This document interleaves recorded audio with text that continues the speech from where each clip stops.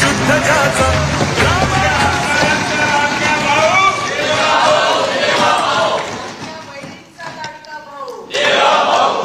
हिंदवी स्वराज्याचे सरसंस्थापक छत्रपती शिवरायांना मानाचा मुजरा करतो।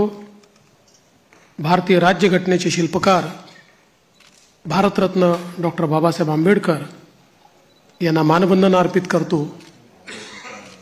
आज आपली सगळी प्रक्रिया पार पाडण्याकरता या ठिकाणी उपस्थित झालेले गुजरातचे माजी मुख्यमंत्री आदरणीय रुपाणीजी, त्यांच्यासोबत आलेल्या भारताच्या वित्तमंत्री आदरणीय निर्मलाताई सीतारामनजी, आपले अध्यक्ष चंद्रशेखर बावनकुळेजी, माननीय विनोद तावडेजी, माननीय शिवप्रकाशजी, मंचावर उपस्थित असलेले सन्माननीय आशिष शेलारजी, प्रवीण दरेकरजी, या ठिकाणी आपल्या सहयोगी पक्षाचे जनसुराज्याचे विनय कोरेजी, त्याचप्रमाणे युवा स्वाभिमानचे रवी राणाजी, रासपचे रत्नाकर गुट्टेजी,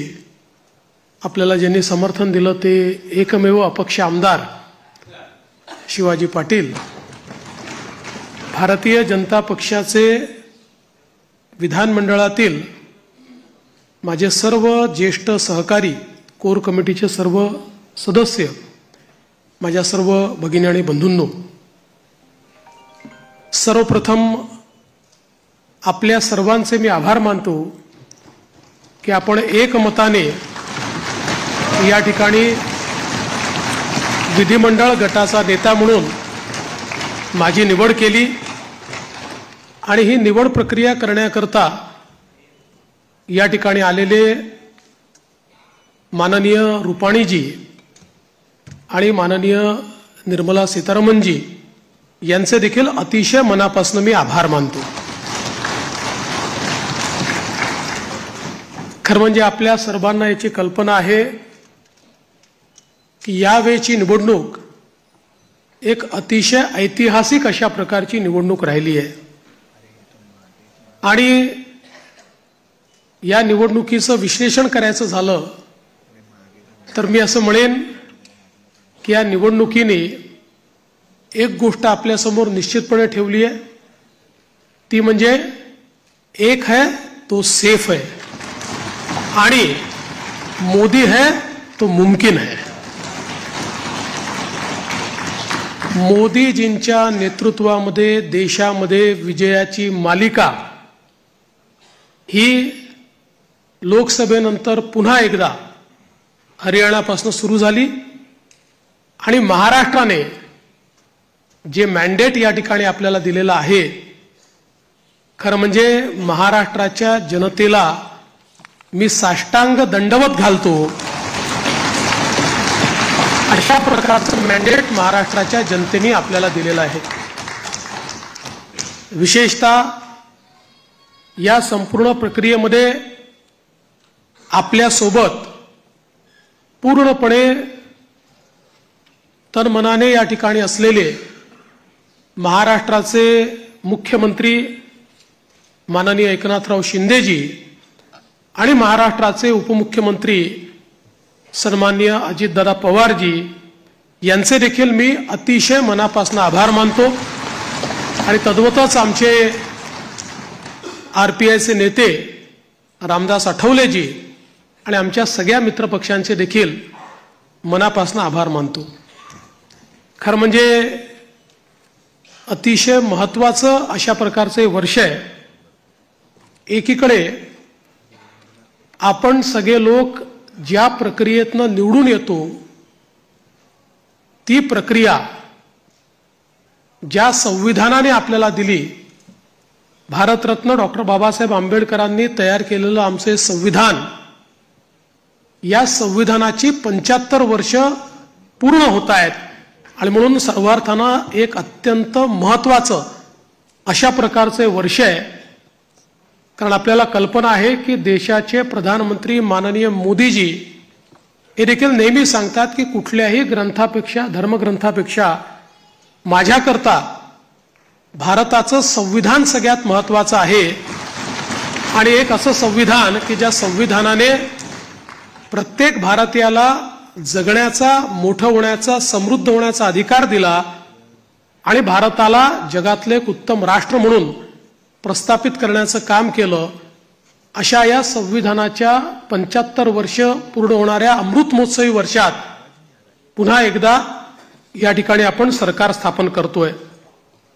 दुसरं, आपल्या सर्वांना कल्पना आहे की ज्यांनी समस्त हिंदुस्थानामध्ये मोगली आक्रमणानंतर आमची श्रद्धास्थानं जी उद्ध्वस्त झाली होती त्या सर्व श्रद्धास्थानांचं पुनरुज्जीवन केलं. त्या राजमाता अहिल्यादेवी होळकर यांचंही 300वे जयंती वर्ष हेच आहे. त्यामुळे मला असं वाटतं की ही देखील एक अत्यंत महत्त्वाची गोष्ट आहे. त्यासोबत ज्यांनी इंग्रजांच्या विरुद्ध जल, जमीन आणि जंगल वाचवण्याचा लढा उभारला आणि खऱ्या अर्थानं इंग्रजांना सळो की पळो करून सोडलं, ते भगवान बिरसा मुंडा यांचीही 125वी जयंतीचं हे वर्ष या ठिकाणी आपण साजरं करतोय. आणि अर्थातच आपल्या सर्वांचे लाडके नेते ज्यांनी नवभारताची संकल्पना मांडली, ज्याची मुहूर्तमेढ केली, आज मोदीजींच्या नेतृत्वात जो नवभारत तयार होतोय त्याचा पायवा ठेवणारे श्रद्धेय अटल बिहारी वाजपेयीजी यांचं देखील हे 100वे जयंती वर्ष आहे. त्यामुळे अशा या अत्यंत महत्त्वपूर्ण वर्षामध्ये महाराष्ट्राच्या जनतेने ही सगळी जबाबदारी आज महायुतीवर या ठिकाणी सोपवलेली आहे. खरं म्हणजे इतका मोठा जनादेश हा आपल्याला या ठिकाणी जनतेने दिलेला आहे की या जनादेशातून मी एवढंच म्हणेन की आनंद आहे, पण त्याहीपेक्षा जबाबदारी आपली वाढलेली आहे. प्रचंड मोठी जबाबदारीची जाणीव करून देणारा अशा प्रकारचा जनादेश हा जनतेने आपल्याला दिलेला आहे.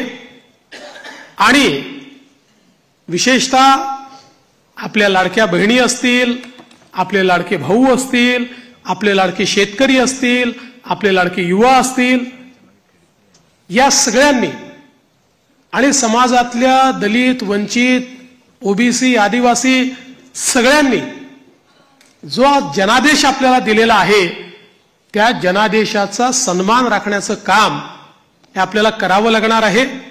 आणि म्हणून निश्चितपणे आपली प्राथमिकता आपण सुरू केलेल्या योजना आणि आपण दिलेली आश्वासनं ही पूर्ण करणं याच्याकडे आपली प्राथमिकता तर असेलच, पण त्यासोबत महाराष्ट्राला पुढे नेण्याकरता, महाराष्ट्राला सर्व आघाड्यांवर पहिल्या क्रमांकावर आणण्याकरता आपल्या सर्वांना या ठिकाणी सातत्याने कार्यरत राहायचं आहे. आपल्याला कल्पना आहे की 2019 साली देखील जनतेचा कौल आपल्याला मिळाला होता. दुर्दैवाने जनतेचा जो कौल होता तो हिसकावून घेण्यात आला आणि जनतेसोबत एक प्रकारे बेईमानी त्या काळामध्ये झाली. मी काही त्या इतिहासामध्ये जाऊ इच्छित नाही, एक नवीन सुरुवात आपण करतोय, पण या गोष्टीचा निश्चित उल्लेख करेन की सुरुवातीच्या 2.5 वर्षामध्ये ज्या प्रकारे वेगवेगळ्या पद्धतीनं आपल्याला त्रास देण्यात आला, आपल्या आमदारांना त्रास देण्यात आला, नेत्यांना त्रास देण्यात आला, अशाही परिस्थितीमध्ये मला या गोष्टीचा अभिमान आहे की 2.5 वर्षात एकही आमदार आपल्याला सोडून गेला नाही. सगळे आमदार, सगळे नेते संघर्ष करत होते आणि त्या संघर्षामुळेच 2022 साली पुन्हा आपलं सरकार तयार झालं आणि त्यातूनच आज पुन्हा एकदा पूर्ण बहुमत आपल्या महायुतीला, प्रचंड बहुमत हे महायुतीला मिळालं आणि आपल्या भारतीय जनता पक्षाला 132 आणि आपल्या मित्रांसोबत 137 जागा, एक प्रकारचा इतिहास या महाराष्ट्रामध्ये लिहिला गेला. हा इतिहास मला असं वाटतं की अभूतपूर्व अशा प्रकारचा आहे. या निमित्ताने देशाचे प्रधानमंत्री माननीय मोदीजींचे मी मनापासून आभार मानेन की माझ्यासारख्या बूथचा कार्यकर्ता म्हणून ज्याने काम चालू केलंय, वॉर्डाचा अध्यक्ष म्हणून काम चालू केलंय, अशा एका कार्यकर्त्याला या सर्वोच्च पदापर्यंत 3 वेळा माननीय मोदीजींनी या ठिकाणी बसवलं. अर्थात त्यातला एकदा 72 तासाकरताच होतो, पण तरी देखील टेक्निकली होतो. त्याच्यामुळे 3 वेळा मला महाराष्ट्राच्या मुख्यमंत्री पदावर बसण्याचा मान सन्मान त्यांनी दिला. हा पक्ष ज्या प्रकारे त्यांच्या नेतृत्वात मोठा झाला, त्यातूनच सामान्य कार्यकर्त्यांना वेगवेगळी त्या ठिकाणी पदं मिळाली, चांगली पदं मिळाली, आपल्याला काम करण्याची संधी मिळाली. म्हणून मी आदरणीय मोदीजींचं मनापासून या ठिकाणी त्यांचे आभार मानतो. पक्षाचे राष्ट्रीय अध्यक्ष आदरणीय JP नड्डा साहेब यांचे देखील अतिशय मनापासून आभार मानतो. आणि त्याचसोबत ज्यांनी या संपूर्ण निवडणुकीमध्ये अतिशय ताकदीनं महाराष्ट्रामध्ये आपल्यासोबत तळ ठोकून कार्यकर्त्यांमध्ये ऊर्जा निर्माण केली आणि या निवडणुकीत अत्यंत ताकद आपल्या सर्वांना दिली, ते देशाचे गृहमंत्री माननीय अमितभाई शहा यांचे देखील आभार मानतो. आणि भारतीय जनता पक्षाचं जे शीर्षस्थ नेतृत्व आहे त्या सगळ्या नेत्यांचे या ठिकाणी अतिशय मनापासून मी आभार मानतो. आणि विशेषतः वेगवेगळे राज्यातल्या ज्या कार्यकर्त्यांनी, नेत्यांनी आपल्याला मदत केली त्यांचे देखील मी अतिशय मनापासून आभार मानतो. महाराष्ट्रातली सगळी टीम तर आपले प्रदेशाध्यक्ष बावनकुळेजी यांच्या नेतृत्वात महाराष्ट्र भाजप हा पूर्ण ताकदीने या ठिकाणी मैदानामध्ये होता आणि त्यामुळेच हा विजय आपल्याला या ठिकाणी मिळालेला आहे.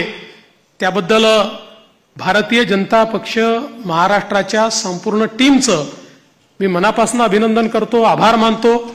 आणि अर्थातच तुम्ही सगळे लोक आहात म्हणून मी इथे आहे. तुम्ही नसतात तर मी इथे नसतो. त्याच्यामुळे तुमचे सगळ्यांचे मनपूर्वक आभार मानत असताना पुढची वाट ही आपल्याला अपेक्षा पूर्ण करण्याकरता संघर्षाची आहे. आपल्याला अपेक्षा पूर्ण करायची आहेत. त्यामुळे आपल्याला सगळ्यांना आपलं महायुतीचं सरकार आहे, या सरकारमध्ये एक दिलाने आपल्या सगळ्या मित्रांना सोबत घेऊन आणि प्रसंगी जेव्हा इतकं मोठं मॅन्डेट असतं त्यावेळी सगळ्या गोष्टी सगळ्यांच्या मनाच्या आपल्याला पूर्ण करता येत नाहीत. पण आपण एक लार्जर, एक मोठा अशा प्रकारचा विचार घेऊन, एक लार्जर गोल घेऊन आपण राजकारणामध्ये आलेलो आहोत. केवळ पदांकरता, केवळ आपल्याला कोणीतरी मोठं करावं याकरता आपण राजकारणात आलेले नाही आहोत. त्यामुळे मला या गोष्टीची पूर्ण अपेक्षा आहे की येत्या काळामध्ये 4 गोष्टी आपल्या मनाप्रमाणे होतील तर 4 गोष्टी मनाविरुद्ध देखील होतील. पण तरी देखील एका लार्जर इंटरेस्टमध्ये आपण सगळे एकत्रितपणे काम करू आणि आपली शक्ती काय आहे ही शक्ती निश्चितपणे या ठिकाणी आपण दाखवून देऊ. आज या निमित्ताने पुन्हा एकदा आपल्या सगळ्यांचे आभार मानत असताना महाराष्ट्रातल्या दीन, दलित, गोर, गरीब, आदिवासी, शेतकरी, शेतमजूर, महिला, ओबीसी, अल्पसंख्याक सगळ्या समाजाला या ठिकाणी मी आश्वस्त करू इच्छितो की महाराष्ट्राच्या सर्वांगीण उन्नतीकरता, महाराष्ट्राच्या प्रगतीकरता 24 तास आमचं सरकार काम करेल आणि महाराष्ट्रातल्या सामान्य माणसाच्या आशा, आकांक्षा, अपेक्षा या निश्चितपणे पूर्ण करण्याचं काम आम्ही करू. पुन्हा एकदा आपल्या सर्वांचे आभार मानतो. माननीय देशाचे पंतप्रधान नरेंद्र मोदीजी यांचे मनापासून आभार मानतो आणि माझं बोलणं संपवतो. धन्यवाद. जय हिंद, जय महाराष्ट्र.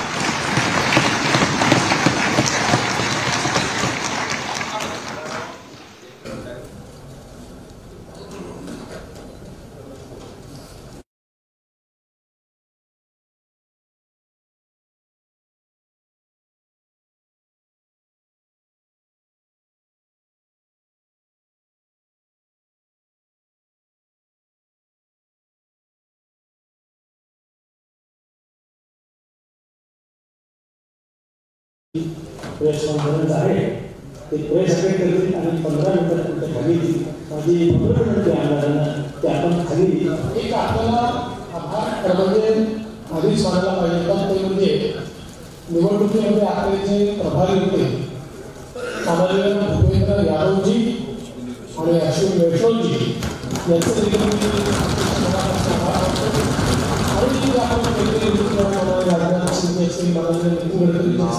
सगळ्या केंद्रीय नेतृत्वाचं